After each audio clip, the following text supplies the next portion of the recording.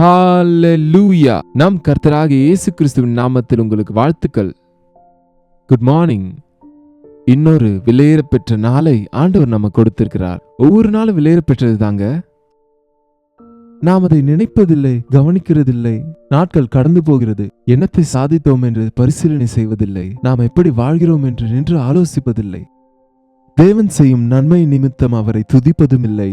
அர்த்தமில்லாத வாழ்க்கையை வீணாக வாழ்ந்து கொண்டு நேரத்தை வீணாக்கி கொண்டிருக்கிறோம். எவ்வளவோ விலையேற பெற்றது தேவன் நமக்கு கொடுத்த வாழ்க்கை. இந்த வாழ்க்கையை தேவனுக்காக வாழ்வது எவ்வளவோ அவசியமானது. சின்ன ஜெபம். பரிசுத்தரே, உமக்கு நன்றி ஐயா. நீர் கொடுத்த இந்த விலையேற பெற்ற வாழ்க்கையை எப்படி வாழ்கிறோம் என்று பரிசீலனை செய்து கொண்டு எதற்கு எங்களை பிறக்க வைத்தீர் என்று, இந்த பூமியில் எங்களை வாழ வைக்கிறீர் என்று நாங்கள் நினைவு கூர்ந்து உமக்காக வாழ உதவி செய்ய வேண்டும் என்று கிறிஸ்துவின் நாமத்தில் கேட்கிறோம் பிதாவே. ஆமென். தேவன் நம்மை ஒரு நோக்கத்தோடு சிருஷ்டித்தார். நம் ஒவ்வொருவருக்காகவும் அவருக்கு ஒரு திட்டம் உண்டு. தேவன் ஒவ்வொருவரையும் பயன்படுத்த வேண்டும் என்று விரும்புகிறார். நீங்கள் வேதம் வாசிப்பவர்களா இருந்தால் இந்த விஷயத்தை உணருவீர்கள். தேவன் ஒருவரை அழைக்கிற போது அவருக்கு அவர்கள் பேரில் என்ன திட்டம் இருக்கிறது என்று அவர்களுக்கு சொல்லுவதற்கு, அவர்களை கொண்டு அவைகளை செய்வதற்கு, அது சின்ன வேலையோ பெரிய வேலையோ தேவன் தெரிந்து கொள்வதை பார்க்கிறோம். உங்களை எப்பயாவது தேவன் அழைத்தாரா? எப்போ கூப்பிட்டாருங்க, எப்படி கூப்பிட்டாருங்கன்னு சொல்றீங்களா? தேவனுடைய குரலை கேட்பதை பழக்கப்படுத்திக் கொள்ள வேண்டும். அவர் அழைத்துக் கொண்டேதான் இருக்கிறார். அவர் மெல்லிய குரலை நாம் கவனிக்கிறதில்லை. அன்றைக்கு பிள்ளையாகிய சாமுவேலை தேவன் அழைத்துக் கொண்டே இருந்தார். சாமுவேலே சாமுவேலே என்றால் யாரோ அழைத்தார்கள், எஜமான் அழைத்தார் அல்லது ஆசாரியர் அழைத்தார் என்று அவரிடத்தில் சென்றானே தவிர, உம் அடியேன் கேட்கிறேன் என்று நீ சொல்லு என்று ஏலி ஆசாரியன் சொல்லும் வரைக்கும் அந்த விஷயத்தை அவர் உணரவில்லை. உம் அடியேன் கேட்கிறேன், நீர் சொல்லும் என்று கேட்கிற வரையில் தேவன் அவனை எதற்கு அழைத்தார் என்று சொல்லவில்லை. எஸ், தேவன் ஏதோ வானத்திலிருந்து இறங்கி வந்து ஒரு ஆர்ப்பாட்டமாக அழைப்பார் என்று எதிர்பார்க்க தேவையில்லை. நம் அனுதின வாழ்க்கையில் நாம் வாழும்போது தேவனுடைய குரலை நாம் கவனிக்க முடியும். மோசே ஆடுகளை மேய்த்து கொண்டிருந்தான். சடனாக தேவனுடைய வாய்ஸை கேட்டான், குரலை கேட்டான். மோசே மோசே என்று பெயர் சொல்லி அழைப்பதை கேட்டான்.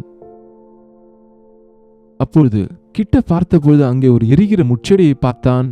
எவ்வளவு நேரம் எரிந்தாலும் சாம்பலாகவில்லையே என்று கிட்ட போய் பார்த்தபொழுது தேவன் தம் திட்டத்தை பற்றி மோசேக்கு சொன்னார். கிதியோன் கோதுமையை போரடித்துக் கொண்டிருந்தான். விவசாயம் செய்தான் கூட நினைச்சுக்கோங்களேன். தன் வேலையை தான் செய்து கொண்டிருக்கிற இடத்தில் பராக்கிரமசாலியே கிதியோனே, ஒரு அருமையான வாழ்த்துதலோடு தேவன் கிதியோனோடு பேசினார். எவ்விதத்தில் நாம் பார்த்தாலும் அவர்கள் மீன் பிடித்துக் கொண்டிருந்தார்கள். யோவானும் பேதுருவும், அந்திரேயா, பேதுரு, யோவான், யாக்கோபும் மீனவர்கள். ஆனால் அவர்களை பார்த்தபோது அழைத்தார், என் பின்னே வாருங்கள் என்று.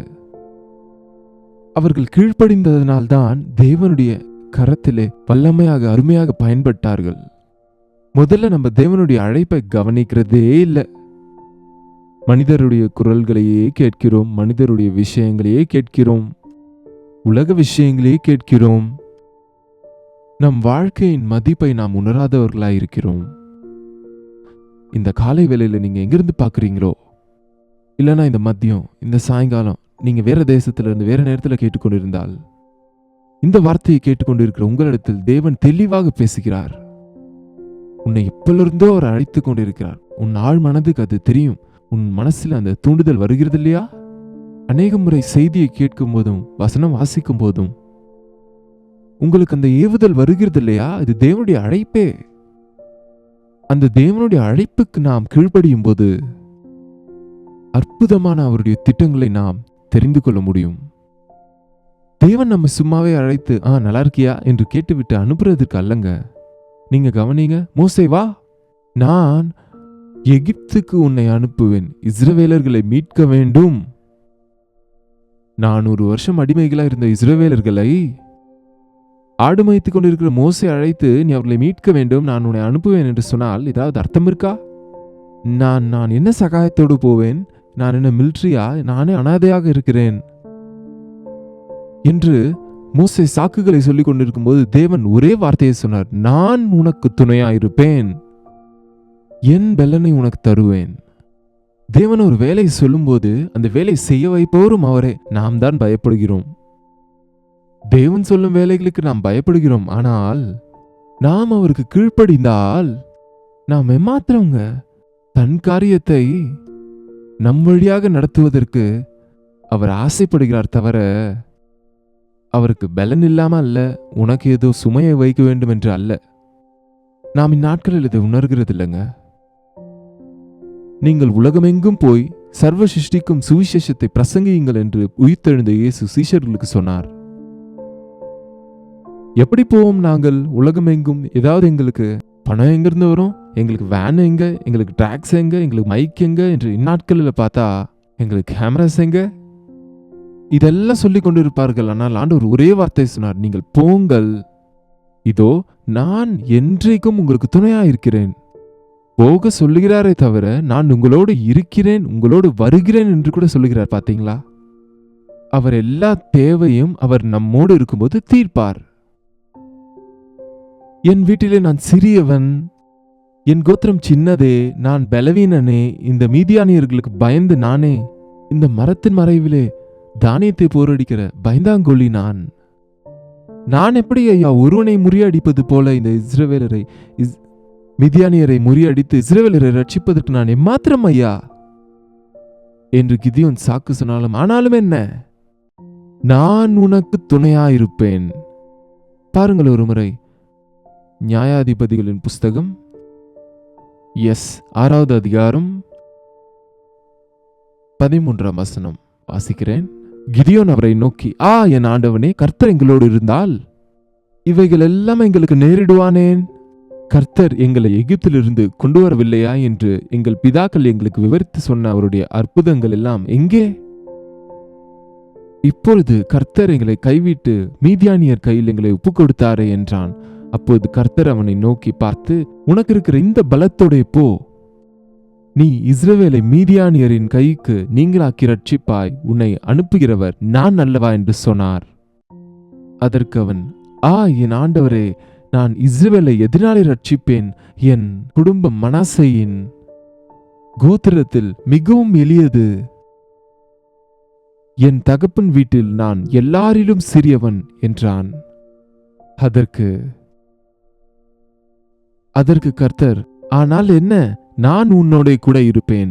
ஒரே மனுஷனை முறிய அடிப்பது போல நீ மீதியானியரை முறிய அடிப்பாய் என்றார். நான் உனக்கு துணையாயிருப்பதினால் தேவன் நமக்கு துணை. நீங்கள் எந்த விஷயத்திலே பயப்படுகிறீர்கள்? பயப்பட வேண்டாம், பயப்பட வேண்டாம், பயப்பட வேண்டாம். எனக்கு கூட ஊழியம் பண்ணணும்னு இருக்குங்க, ஆனா எனக்கு பயமா இருக்குங்க. நான் ரட்சிக்கப்பட்டு பேப்டிசம் எடுக்கணும்னு நினைக்கிறேங்க, ஆனா பயமா இருக்குங்க, விழுந்துருவேன்னு. நான் கூட திருமணம் செய்து கொள்ள வேண்டும் என்று ஆசைப்படுகிறேங்க, ஆனா பயமா இருக்குங்க, சண்டை வருமேன்னு. பிள்ளைகள் வேண்டும் என்று எங்களுக்கும் இருக்குதுங்க, ஆனா கஷ்டமா இருக்குமோ, வளர்க்க முடியுமா, எங்களுக்கு வருமானம் இல்லையேன்னு பயமா இருக்குங்க. இப்படிப்பட்ட பயங்களோடு இன்றைக்கு அநேகர் ஆசீர்வாதங்களை இழந்து போறாங்க, செழிப்புக்குள்ள போக முடியல. தேவன் கர்ப்பக்கனியை கொடுத்தால் அவர்களை போஷிப்பதற்கு தேவனே உதவி செய்வார். தேவன் போக சொன்னால் அவர் நம்மோடு இருந்து நமக்கு துணையா இருப்பார். நீ கர்த்தரை இரட்சகராக ஏற்றுக்கொண்டு பாப்டிசம் எடுத்தால் விழுந்து போவது என்ன? உன் வாழ்க்கையை அவருடைய கையில் ஒப்புக் கொடுக்கிறாய். அவர் என்னை வழுவாமல் காக்கிறவர், ஒருவேளை விழுந்தாலும் என்னை தூக்கி எடுக்கிறவர் என்ற விசுவாசம் உனக்கு இருக்க வேண்டும். நம் வாழ்க்கையில் ஆண்டவர் நமக்கு துணையா இருக்கும்போது, உலக ரீதியாக திருமணம் செய்து கொள்கிறவர்களுக்கு சில துன்பம் இருக்கும் என்று பவுல் சொன்னார். ஆனால் தேவன் துணையா இருக்கிற குடும்பத்திலே, அங்கே தேவன் கட்டின குடும்பம் தேவனால் காப்பாற்றப்படுகிறதுனால் தேவனுடைய துணையும் சகாயமும் நாம் உடையவர்களா இருப்போம். எதுனாலும் பயந்தாங்க, ஆண்டவர் இல்லைன்னா எதை வேணா சாதிக்கலாங்க, கர்த்தர் நமக்கு துணையா இருந்தால். எனக்கு கூட பரீட்சைனா பயம் என்று சொல்லுகிற சிலர் இருக்கிறீர்கள். ஞானம் குறைவா இருந்தால் ஆண்டவர் கேட்க சொன்னார் அல்லவா, ஆண்டவர் எனக்கு ஞானத்தை கொடுங்க, நான் தேர்வு எழுதுறதுக்குன்னு கேளுங்க. தேவன் ஞானத்தையும் ஞாபக சக்தியும் கொடுக்க வல்லவர் என்று விசுவாசியுங்கள். நாம் சாகச காரியங்களை செய்ய வேண்டும் என்று இருக்கிறவன் பயந்தால் எதுவும் செய்ய முடியாது. பயப்படுகிறதுனால் பயத்தினால கண்ணியை வருவிக்கும் என்று வசனம் சொல்லுகிறது. அநேகர் இன்றைக்கு வாழ்க்கையில முன்னுக்கு செல்ல முடியாதது காரணம் பயம். தோற்று விடுவனோ என்ற பயம், ஃபெயில்யூர் என்பதற்கு பயம். தோல்விக்கு பயப்பட வேண்டிய அவசியம் இல்லைங்க. தோல்வி என்பது ஒரு முடிவு இல்லை இல்லையா?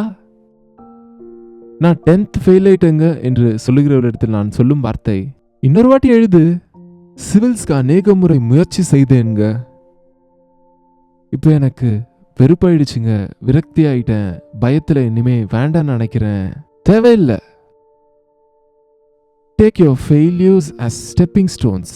உன் தோல்விகளை எல்லாம் நீ படிக்கட்டுகளாய் மாற்றிக்கொண்டால் அனுபவத்தை பெற்றுக்கொள்ளுவாய். ஒரு மேன்மையான இடத்திற்கு உன்னால வர முடியும். தேவன் துணையா இருந்தால் எல்லா விஷயத்திலும் நாம் தைரியமாக இருப்போம். முதல்ல பயத்தை விட்டுருங்க. பயந்தாங்கொழிகள் பரலோக ராஜ்யத்தில் பிரவேசிப்பதில்லை என்று வசனத்தில் இருக்கிறது. தேவன் பலமும் அன்பும் தெளிந்த புத்தியும் உள்ள ஆவியை கொடுத்தாரே தவிர பயமுள்ள ஆவியை கொடுக்கவில்லை. தேவன் உன்னை அழைக்கிறாரா? தேவன் உன்னை தெரிந்து கொண்டாரா? தேவனுக்கு உன்னை நீ அர்ப்பணித்தாயா? அவர் அழைப்புக்கு கீழ்ப்படிந்தாயா? அவர் வார்த்தையை கேட்பதற்கு ஆசையாக இருக்கிறாயா? அவர் சித்தத்துக்கு அர்ப்பணிப்பதற்கு ஆயத்தமாக இருக்கிறாயா என்பதுதான் முக்கியம். இது எப்படி நடக்கும், அது எப்படி நடக்கும், இதை எப்படி செய்வேன், அதை எப்படி செய்வேன் என்ற சந்தேகம் நமக்கு தேவையில்லை. தேவன் நமக்கு துணையா இருக்கும்போது எல்லா விஷயத்திலும் நம்மை காக்கிறவராக இருக்கிறார், நம்மை பலப்படுத்துகிறவராக இருக்கிறார். அவர் சிறியவனை தெரிந்து கொண்டு பெரிய காரியங்களை செய்ய வைப்பார். அவர் ஞானிகளை வெட்கப்படுத்தும்படி பைத்தியமானவைகளை தெரிந்து கொள்கிற தேவன் அவர். ஒருமுறை 1 கொரிந்தியருக்கு எழுதின 1 நிருபம் 2 அதிகாரம். எஸ், உங்களிடத்துல பைபிள் இருக்கிறதா? எஸ், 1 அதிகாரம் 26 வசனம் வாசிக்கிறேன், கேளுங்க. சகோதரரே, நீங்கள் அழைக்கப்பட்ட அழைப்பை பாருங்கள். உங்களில் உலக பிரகாரமாக ஞானிகளும் வல்லவர்களும் பிரபுக்களும் அநேகர் அழைக்கப்படவில்லை. மாம்சமான எவனும் தேவனுக்கு முன்பாக பெருமை பாராட்டாதபடிக்கு, ஞானிகளை வெட்கப்படுத்தும்படிக்கு உலகத்தில் பைத்தியமானவைகளை தேவன் தெரிந்து கொண்டார். பலமுள்ளவைகளை வெட்கப்படுத்தும்படிக்கு தேவன் உலகத்திலே பலவீனமானவைகளை தெரிந்து கொண்டார். உலவைகளை அவமாக்கும்படிக்கு உலகத்தின் இழிவானவைகளையும் அற்பமா எண்ணப்பட்டவைகளையும் இல்லாதவைகளையும் தேவன் தெரிந்து கொண்டார். ஹல்லேலூயா. உங்கள் பலவீனங்களை நீங்கள் நினைக்க வேண்டாம். நான் எதற்கும் உதவ மாட்டேன் என்ற எண்ணம் உங்களுக்கு இருந்தால் இன்றைக்கு அதற்கு முற்றுப்புள்ளி வைங்க. இன்னொரு முறை அந்த வார்த்தை உங்க வாயில வரவிடாதீங்க, உங்க மனசுல வைக்காதீங்க. தேவன் உன் பலவீனங்களை பலமாக மாற்ற வல்லவர். உன் சக்தி அவருக்கு தேவையில்லை, உன் அர்ப்பணிப்பை தான் கேட்கிறார். தேவன் நம் சாமர்த்தியத்தை கேட்கிறதில்லை, நம் அர்ப்பணிப்பை கேட்கிறார். நாம் தேவனுடைய கரத்தில் வளைந்தால் போதும், அடங்கியிருந்தால் போதும், அவர் வார்த்தையின்படி நடந்து கொண்டால் போதும், அற்புத காரியங்கள் நம் வாழ்க்கையில் நிச்சயம் நடக்கும். ஒருவேளை இப்போ என் வாழ்க்கையில் நான் எதையும் சாதிக்கவில்லை என்ற கவலை உங்களுக்கு இருந்தால், ஒரு வாலிபனாக உங்கள் எக்ஸாம்ஸ் விஷயத்தில், உங்கள் ஜாப் விஷயத்தில் நீங்கள் சோர்ந்து போயிருந்தால், ஒரு கணவனாக மனைவியாக குடும்ப வாழ்க்கையில் எந்த செழிப்பும் இல்லையே என்ற வருத்தம் உங்களுக்கு இருந்தால், ஒருவேளை ஊழியக்காரராக நாங்கள் எவ்வளவு ஊழியம் செய்தாலும் ஆத்மாக்கள் ரட்சிக்கப்படுகிறது இல்லையே என்ற வருத்தம் உங்களுக்கு இருந்தால், ஊழியத்தில் பங்கு பெறுகிறோம் ஆனால் எங்கள் இருதயத்தில் திருப்தி இல்லையே என்ற எவ்விதமான பயமும் கலக்கமும் வேதனை ஏமாற்றம் இருந்தால், கர்த்தர் உங்களோடு தான் இன்றைக்கு பேசுகிறார். சோர்ந்து போயிருந்த மோசேயை அழைத்து தேவன் தலைவனாக மாற்றினார். நான் சிறியவன் என்று ஒத்துக்கொண்ட கிதியோனை கர்த்தர் அழைத்து பெரிய ஜெயத்தை மிதியானியர்கள் மீது கர்த்தர் கொடுத்தார். மீனவர்களாக சாதாரண மக்களாக இருந்த சீஷர்களை கர்த்தர் அழைத்து அவர்கள் கீழ்ப்படிந்த போது, ஆத்துமாக்களை பிடிக்கும் மீனவர்களாக அநேக ஆத்துமாக்களை தேவ ராஜ்யத்தின் வாரிசுகளாக செய்யக்கூடிய ஊழியர்களாக அப்போஸ்தலர்களாக அபிஷேகித்தார். இன்றைக்கு உன்னையும் என்னையும் கூட தெரிந்து கொள்கிறார். தயவு செய்து கண்களை மூடுங்க, ஜெபிப்போம். பரிசுத்தரே, உமக்கு நன்றி ஐயா. உம் குரலை கேட்க வேண்டும் என்ற ஆசை, உம் சித்தத்தை அறிய வேண்டும் என்ற விருப்பம், உமக்கு கீழ்ப்படிய வேண்டும் என்ற ஒரு திடமான தீர்மானத்தை எங்களுக்கு கொடுங்க. உலகத்தை பார்த்து பயந்து விடாமல், சூழ்நிலைகளை பார்த்து பயப்படாமல், சர்வ வல்லமையுள்ள தேவன் என்னோடு இருக்கிறார் என்ற விசுவாசம், உம்மை நம்பினோம் என்று சொல்லுகிற நாங்கள் உம் சாட்சிகளாய் வாழும்படிக்கு ஒவ்வொரு போராட்டத்தையும் ஒரு சவாலாக எடுத்துக்கொண்டு ஜெய வாழ்க்கையில் ஜெயத்தின் மீது ஜெயத்துக்கு செல்லும்படிக்கு உம் திட்டங்கள் எல்லாம் எங்கள் வாழ்க்கையில் இந்த உலகத்தில் நிறைவேற்றுவதற்கு எங்கள் ஒவ்வொருவருக்கும் உதவி செய்யும். கிறிஸ்துவின் நாமத்தில் ஜெபிக்கிறோம் பிதாவே, ஆமென். பிதாவாகிய தேவனுடைய அன்பும் குமாரனாகிய இயேசு கிறிஸ்துவின் கிருபையும் தேற்றரவாள பரிசுத்த ஆவியின் ஐக்கியமும் கூடி வந்திருக்கிற நாம் அனைவருக்கும் இப்பொழுதும் எப்பொழுதும் துணையாக இருப்பாராக. ஆமென். தேவனுக்கு ஸ்தோத்திரம். உங்கள் ஜெப உதவிக்கும் பாரங்களுக்கும் 8939801234 என்ற நம்பருக்கு ஒரு டெக்ஸ்ட் அல்லது வாய்ஸ் மெசேஜ் மூலம் வாட்ஸ்அப் செய்யுங்க.